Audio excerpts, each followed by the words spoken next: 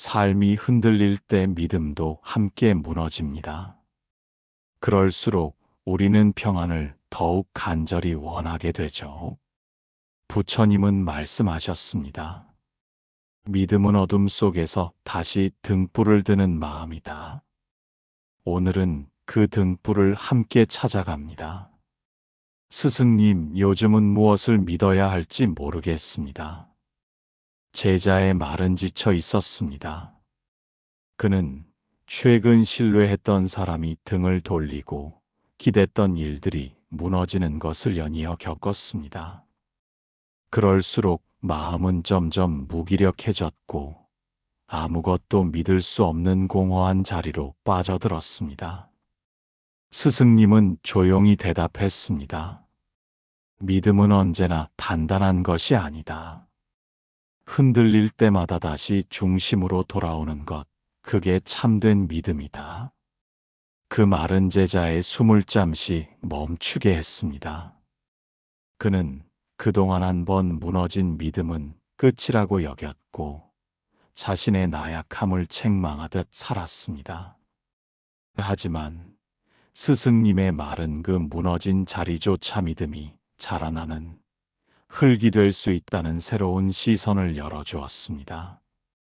그날 이후 제자는 달라졌습니다. 믿음이 흔들릴 때마다 억지로 붙잡으려 하기보다 조용히 자신에게 묻기 시작했습니다.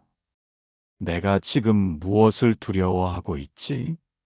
어디까지가 기대였고 어디부터가 진짜 마음이었을까? 그 물음은 그를 점점 내면의 고요로 이끌었습니다. 부처님은 말했습니다. 믿음은 밖에서 오는 것이 아니라 지금 이 순간 자신을 바라보는 눈에서 비롯된다. 그 눈이 깊어질수록 마음은 덜 흔들린다. 제자는 그 말을 마음에 새기며 이제는 외부에 의존하던 믿음을 거두고 자신의 중심을 조용히 단단히 쌓아가기 시작했습니다. 자연스러운 내적 변화는 바로 거기서 시작됐습니다. 평안은 믿음이 지켜주는 것이 아니라 흔들리면서도 다시 중심으로 돌아오려는 마음의 다짐에서 자라나는 것이었습니다. 다음 회차에서는 믿음을 가졌지만 배신당한 경험 그 상처 위에서 평안을 회복하는 길을 다룹니다. 스승님 믿었던 사람에게 배신을 당했습니다. 그 후로는 누구를 다시 믿는다는 개둘이 없습니다. 제자의 말에는 자책과 경계가 얽혀 있었습니다. 그는 자신을 탓했습니다. 왜 그렇게 쉽게 믿었을까? 왜 그 신호들을 보지 못했을까? 그리고 동시에 앞으로 어떤 관계든 다시 마음을 열기 각업이 나기 시작했습니다. 스승님은 말없이 한 잔의 물을 건네며 말했습니다. 물이 담겼다가 비워지듯 믿음도 채웠다가 비워질 수 있다. 하지만 그릇이 깨지지 않았다면 언제든 다시 담을 수 있다. 그 마른 제자의 마음에 작은 균열을 만들었습니다. 그는 돌아보았습니다. 배신은 아팠지만 그로 인해 자신이 더 신중해졌고 사람을 대하는 눈이 조금 더 따뜻해졌다는 것을 그는 깨달았습니다. 믿음은 무너지지 않는 철벽이 아니라 상처를 품고도 다시 마음을 내보려는 연습이라는 것을.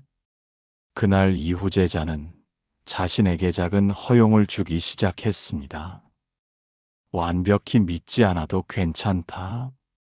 조금은 경계해도 괜찮다. 그러면서도 다시 손을 내밀 수 있다면 그것이 용기이고 그 안에서 평안은 자란다고 부처님은 말했습니다. 배신은 마음을 찌그러뜨리지만 믿음을 다시 꺼내는 자는 더 깊은 평안을 얻게 된다. 그 말처럼 제자는 이제 상처에 갇히지 않고 상처를 품은 채 조금씩 다시 마음을 열기 시작했습니다. 믿음은 잃지 않는 것이 아니라 잃은 뒤에도 다시 찾아가려는 부드러운 힘이었습니다. 다음 회차에서는 스스로를 믿기 어려운 순간들, 그때의 내면을 어떻게 다정하게 품을지를 이야기합니다. 스승님, 저는 이제는 제 자신도 잘 모르겠습니다. 제가 내린 선택이 맞는 건지, 제가 믿는 이 길이 옳은 건지 가끔은 스스로를 믿는 것조차 힘들어집니다. 제자의 말은 마치 흔들리는 연기처럼 길게 머물렀습니다. 스승님은 그 말에 조용히 고개를 끄덕이며 낡은 등불 하나를 건네주었습니다. 그리고 말했습니다. 등불은 밝은 곳에선 빛을 느끼지 못한다. 그러나 어둠이 올 때 그 불빛이 너를 지킨다. 너의 마음도 같다. 지금 흔들리는 건 내가 나약해서가 아니라 더 깊은 길을 스스로 찾고 있기 때문이다. 그 말은 제자의 마음에 조용한 울림이 되어 가슴 안을 두드렸습니다. 그는 돌아보았습니다. 처음엔 자신을 믿고 큰 결정을 내렸습니다. 그러나 과정이 순탄치 않았고 조금씩 자신이 틀린 게 아닐까 의심이 자라나기 시작했습니다. 그러다 결국 어떤 결정도 내리지 못하고 마음만 계속 흔들렸습니다. 그날 이후 제자는 결과보다 지금의 마음을 더 들여다보기 시작했습니다. 나는 지금 왜 이 길을 걷고 싶은가? 이 결정 속에 내 진심은 있었는가? 그 물음은 자신을 다시 바라보게 했고 혼란 속에서도 흔들리지 않는 무언가가 자신 안에 있다는 걸 조금씩 확인하게 해주었습니다. 부처님은 말했습니다. 스스로를 믿는다는 건 자신이 완벽하다는 확신이 아니라 불완전한 자신을 그대로 끌어안는 마음이다. 그 말처럼 제자는 이제 자신을 평가하지 않고 스스로를 품기 시작했습니다. 그 품 안에서 조용한 평안이 자라났고 결국 그는 다시 한 발 내디딜 수 있는 용기를 되찾았습니다. 다음 회차에서는 삶의 방향이 보이지 않을 때 믿음이 평안을 인도하는 방식을 다룹니다. 스승님, 요즘은 앞이 보이지 않습니다. 무엇을 해야 할지, 어디로 가야 할지 마치 안개 속을 걷는 것처럼 불안하고 두렵습니다. 제자의 눈빛에는 막막함이 드리워져 있었습니다. 스승님은 작은 촛불을 켠 뒤 그 불빛을 가만히 바라보며 말했습니다. 불빛은 멀리까지 비추지 않는다. 하지만 한 발 앞을 비춘다. 믿음도 같다. 삶의 모든 길을 알 수는 없지만 한 걸음만 비추는 등불이면 그걸로 충분하다. 그 마른 제자의 어깨에 가만히 내려앉았습니다. 그는 그동안 정답을 찾으려 애썼습니다. 실수하지 않기 위해, 후회하지 않기 위해 끝까지 내다보려 애썼지만 오히려 그 마음이 자신을 더 지치게 만들었습니다. 그날 이후 제자는 방향보다 발걸음에 집중하기 시작했습니다. 오늘 내가 할 수 있는 일은 뭘까? 지금 이 순간 내가 머물러야 할 자리는 어딜까? 그 물음은 크게 뻗지 않았지만 자신을 지탱해주는 조용한 기둥이 되어 주었습니다. 부처님은 말씀하셨습니다. 길이 보여서 걷는 것이 아니라 걸어가며 길이 되어가는 것이다. 그 말처럼 제자는 이제 앞이 보이지 않아도 주저앉지 않습니다. 믿음은 먼 미래의 확신이 아니라 지금 이 자리에서 내 발걸음을 믿는 것임을 조금씩 깨닫고 있었기 때문입니다. 그 믿음 위에 조용히 내려앉는 평안. 그것이야말로 인생을 걷는 사람에게 가장 단단한 동반자였습니다. 다음 회차에서는 신앙과 믿음의 차이 그 안에서 진짜 평안이 피어나는 지점을 나눕니다. 스승님, 저는 불교를 믿고 따르지만 가끔 이런 생각이 듭니다. 이게 정말 믿음일까요? 아니면 그냥 습관이 된 신앙일까요? 제자의 물음은 오래 품은 고민처럼 깊게 내려앉아 있었습니다. 스승님은 작은 향 하나를 피우며 천천히 말했습니다. 신앙은 마음을 의지하는 것이다. 믿음은 그 마음을 살아내는 것이다. 따라가는 것에 머무르면 신앙이고 내 삶에 녹이면 믿음이 된다. 그 마른 제자의 심장을 조용히 두드렸습니다. 그는 떠올렸습니다. 절에 가면 조용해지는 마음, 기도문을 읊을 때 느껴지는 평온함. 하지만 그것이 삶의 문제 앞에서는 쉽게 흔들리는 자신을 보며 마음 한편의 공허함이 남아있던 날들. 그날 이후 제자는 다짐했습니다. 배우는 가르침을 마음으로만 담지 않고 하루의 삶 속의 작게라도 실천해보자. 그리고 그는 말을 조금 덜 내뱉고 상대의 말을 조금 더 듣고 불편한 상황 앞에서 한 번 더 숨을 고르는 작은 실천을 시작했습니다. 부처님은 말씀하셨습니다. 믿음은 자신이 선택한 길을 자신의 걸음으로 증명하는 것이다. 그 말처럼 제자는 이제 외부의 의식보다 자신의 내면에서 피어나는 다짐에 더 집중하기 시작했습니다. 그 변화는 조용했지만 확실했습니다.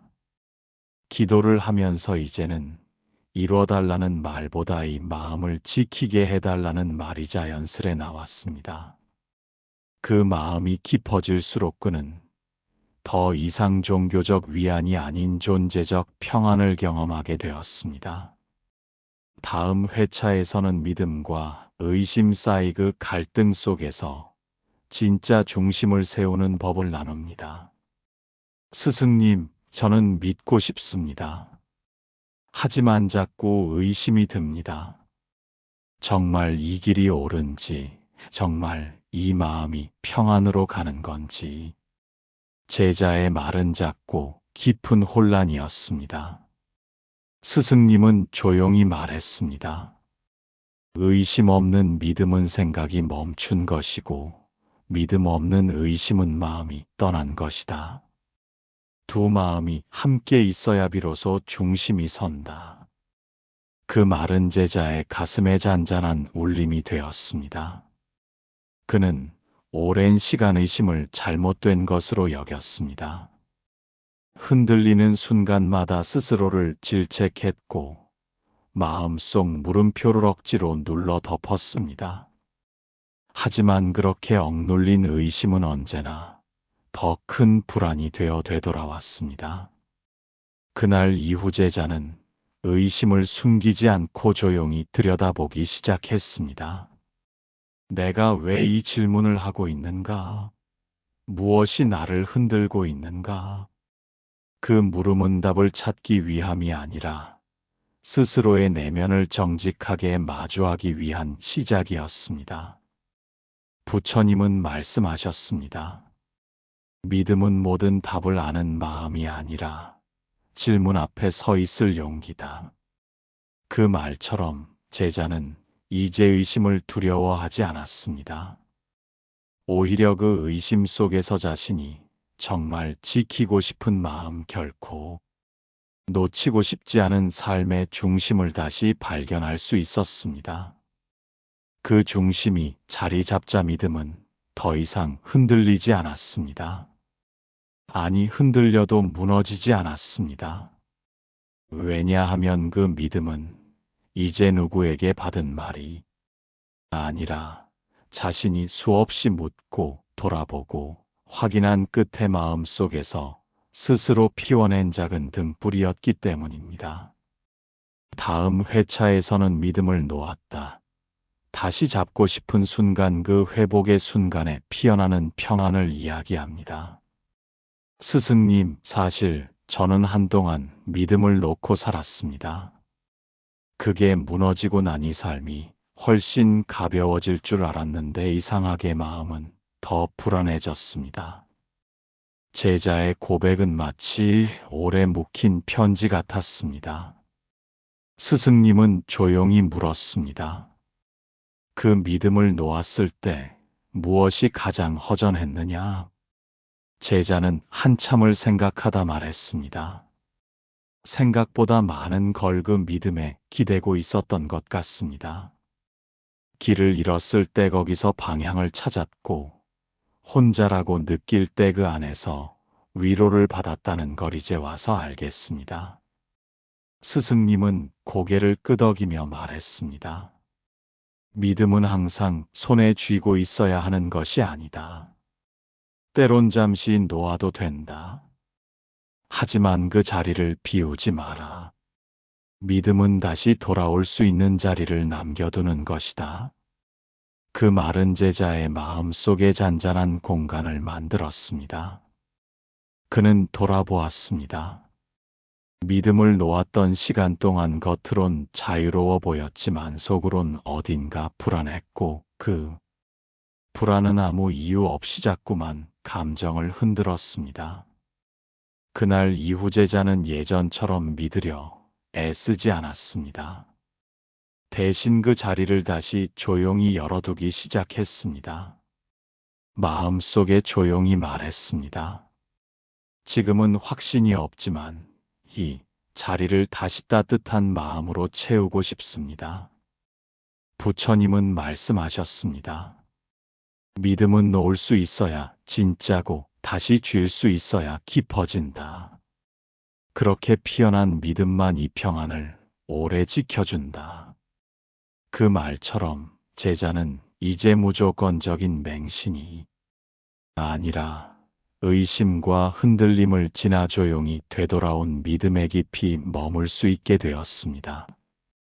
그리고 그 믿음 속에서 오랜만에 찾은 평안은 마치 오랜 친구처럼 그를 다정히 안아주었습니다. 다음 회차에서는 믿음의 대상이 사라졌을 때 그때 우리가 어디에 마음을 두어야 하는지를 다룹니다. 스승님, 제가 믿던 분이 이제는 이 세상에 안 계십니다. 그분이 있어 마음이 든든했고 삶의 방향도 분명했는데 이젠 모든 게 흔들리는 것 같습니다. 제자의 눈동자에는 슬픔과 공허함이 얽혀 있었습니다. 스승님은 말없이 앉아 있다가 작은 바위를 가리키며 말했습니다. 저 바위는 늘 그 자리에 있다. 하지만 햇빛이 있을 땐 눈에 띄지 않고 어둠이 오면 그제야 존재를 느낀다. 내가 믿던 그 마음도 사라진 것이 아니라 지금 너의 안에 더 깊이 스며든 것이다. 그 말은 제자의 가슴에 천천히 번져갔습니다. 그는 떠올렸습니다.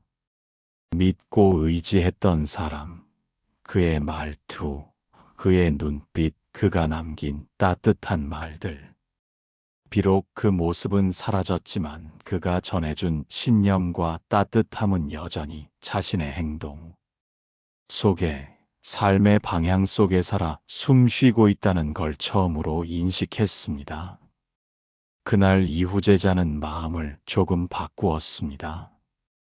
누군가를 믿었던 자리를 잊으려 하지 않고 그 자리에서 다시 자신의 길을 천천히 만들어가기 시작했습니다.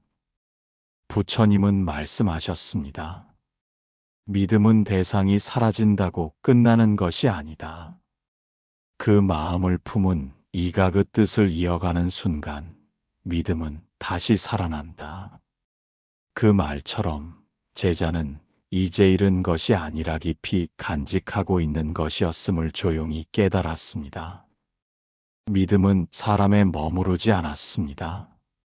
그 사람을 통해 자신이 무엇을 지키고 싶었는지를 다시 돌아보는 일.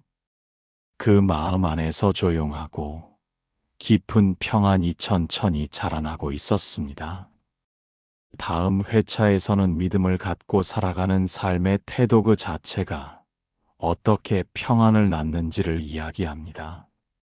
스승님, 믿음을 안고 살아간다는 건 결국 어떤 태도로 하루를 살아야 한다는 걸까요?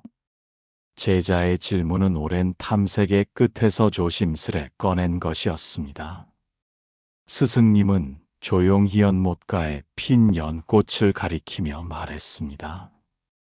연꽃은 흙 탕물 위에 피지만 그 흙을 탓하지 않는다. 믿음도 같다. 삶이 거칠어도 그 안에서 마음을 지키는 자, 그가 진정 믿음을 사는 사람이다. 그 말은 제자의 마음에 고요한 방향을 세워주었습니다. 그는 돌아보았습니다. 그동안 믿음은 언제나 큰 결심이나 묵직한 신념처럼 느껴졌습니다. 하지만 그 말 이후 제자는 믿음을 태도로 받아들이기 시작했습니다. 불안한 날에도 마음을 함부로 내지 않는 것, 타인의 말에 쉽게 휘둘리지 않는 것, 어려운 순간 앞에서도나 자신에게 부끄럽지 않게 반응하려는 마음가짐. 그 모든 것이 믿음의 한 표현이라는 걸 조용히 받아들였습니다. 그리고 놀랍게도 그렇게 살기 시작했을 때 삶은 조금 더 단단해졌고 어제와 크게 다르지 않은 하루가 이상하게 더 평안하게 느껴졌습니다. 부처님은 말씀하셨습니다. 믿음은 누구를 위한 장식이 아니라 스스로를 지켜주는 옷이다. 그 말처럼 제자는 이제 믿음을 실천이 아니라 살아내는 태도로 삼았습니다. 그 태도는 조용했지만 선명했고 그 안에 머무는 하루하루가 더 이상 허망하지 않았습니다. 다음 회차는 마지막입니다. 삶을 믿고 스스로를 믿으며 평안을 안고 살아가는 그 마무리의 자리를 함께 나눕니다. 스승님, 이제야 조금 알 것 같습니다. 믿음이란 것 누구를 향한 것도 무엇을 향한 것도 아니라 결국 자기 자신과 함께 걷는 길이라는 거요. 제자의 말은 길게 돌아온 마음의 고백이었습니다. 스승님은 고개를 끄덕이며 말했습니다. 믿음은 너를 어디로 데려다 주는 길이 아니라 너와 함께 그 자리를 견디게 해주는 동행이다. 그 믿음이 곧 평안이다. 그 말은 제자의 마음 속에 조용한 종소리처럼 울려 퍼졌습니다. 그는 이제 삶이 어디로 흐르든 그 흐름에 휩쓸리지 않는 작은 중심을 가슴에 품고 있었습니다. 외부에 기댔던 믿음은 이제 내면에서 조용히 자리를 잡았고 조금씩 모든 것이 안정되어가는 듯한 고요한 감각이 따라왔습니다.